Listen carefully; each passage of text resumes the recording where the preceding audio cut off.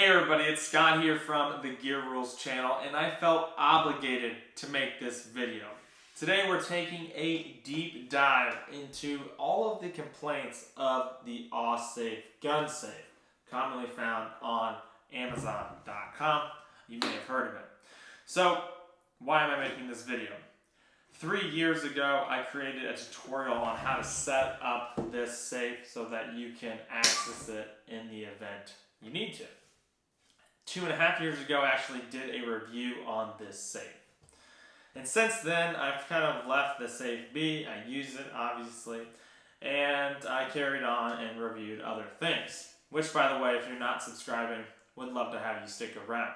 Now, I started to notice over the years, consistently, people complaining about this safe. And, complaints are common, but I'm starting to notice a lot of themes. In today's video, we're going to be covering all of the very common complaints about this safe, and I'll end with whether or not I would actually recommend this safe now that I've gotten all this feedback.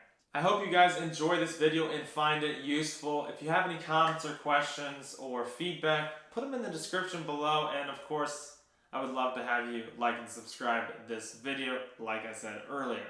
Let's go ahead and get into the Awesafe community complaint video. Hope you guys enjoy.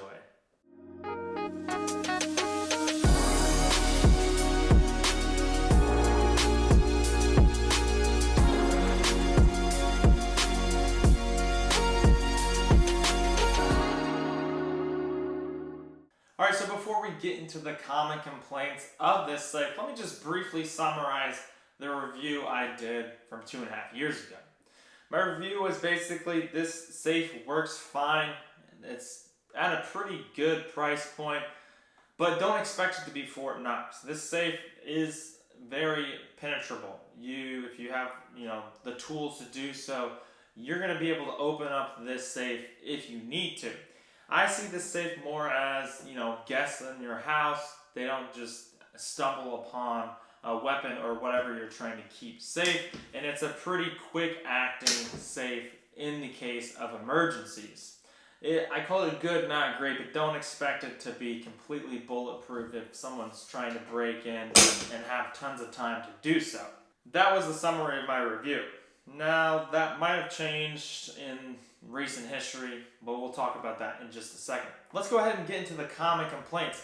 The first one, which I see a ton, is people are saying that any fingerprint will open their safe. Now, this is obviously concerning. For me personally, and why I didn't make this video until now, is I don't have that problem. It only, with my right index, will open up this safe. And when I say a lot of people are having this problem, I mean a lot of people are having this problem. Now, it's very possible that this could be user error. A couple people have commented, hey, you probably haven't set it up right. You need to make sure you factory reset it and try again. I can't confirm or deny that. These quality spillovers that we're talking about today, shows they don't really have the tallest bell curve, the most tight tolerances. There are different issues that people are seeing. Some people can't even get to the programming section. You're supposed to see different light features when setting it up, and they just aren't seeing it. Other people are trying to access the battery pack, which is kind of tucked away right here, and there's a little clip here that you use to open up the battery pack. For me, I don't have a problem, but a couple other people have commented that they can't actually access the battery pack. Obviously, not something you're gonna want to see. And quality spillovers are gonna happen, especially when you're mass producing this product. Unfortunately, I have no idea if the complaints that I'm seeing are 1% of the population or 20% of the population. But it is a little bit concerning that me being a very small YouTuber and getting so many complaints in the comments section, I would be a little bit concerned. Now, one more complaint that I have seen a little bit here and there is some people did just fine programming the safe to get it to open. They actually even programmed it in the same finger several times to make sure that if you laid it sideways, it wouldn't throw an error in case of emergency. But I've had some people say that the fingerprint actually stopped working, which is obviously not something you want to have in case of an emergency. There is the code factor, of course, so you can utilize your code if the fingerprint stops working, but you bought it so that you could use the fingerprint. So a little bit concerning there. Now the final complaint, which I got recently, is have you done a drop test on this safe? I personally hadn't, because I actually keep this safe anchored down. There's two little holes here that you can actually use to screw into something that is wooden. I never did a drop test because I had it already pre-installed, and you can't really drop test something that's anchored down. But someone shared a video of them dropping it from like 6 inches or 12 inches, and it opened the safe.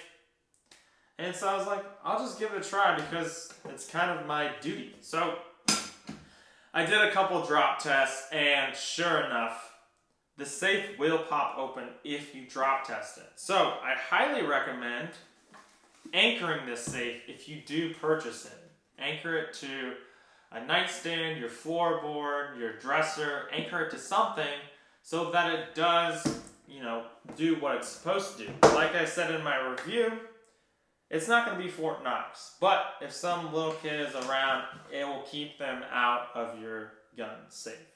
Okay, so that about covers the bulk of the community complaints that I've seen on my videos. There's a few others out there, but kind of on the fringes. These are the main ones that I've seen.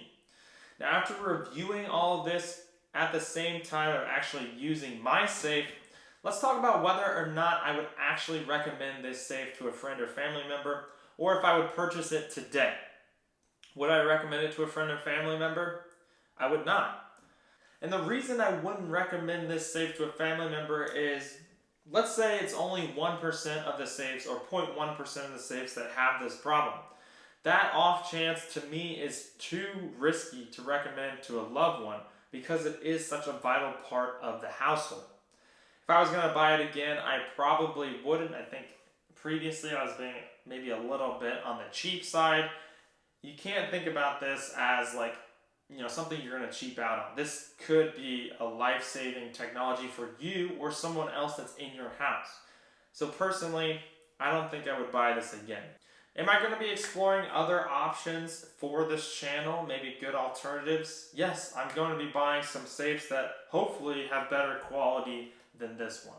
Alright, so that about covers it for this video. I really hope you find this helpful. I'm sorry that it took me so long to make this. If you have any other comments or questions about this safe that you'd like to share, please put them down in the comments below. As we've seen, the comments do really help educate people about these products, so really appreciate your feedback there. If you guys like this video, like I said, please hit that subscribe button. Would love to have you stick around. Until then, we will catch you on the next video.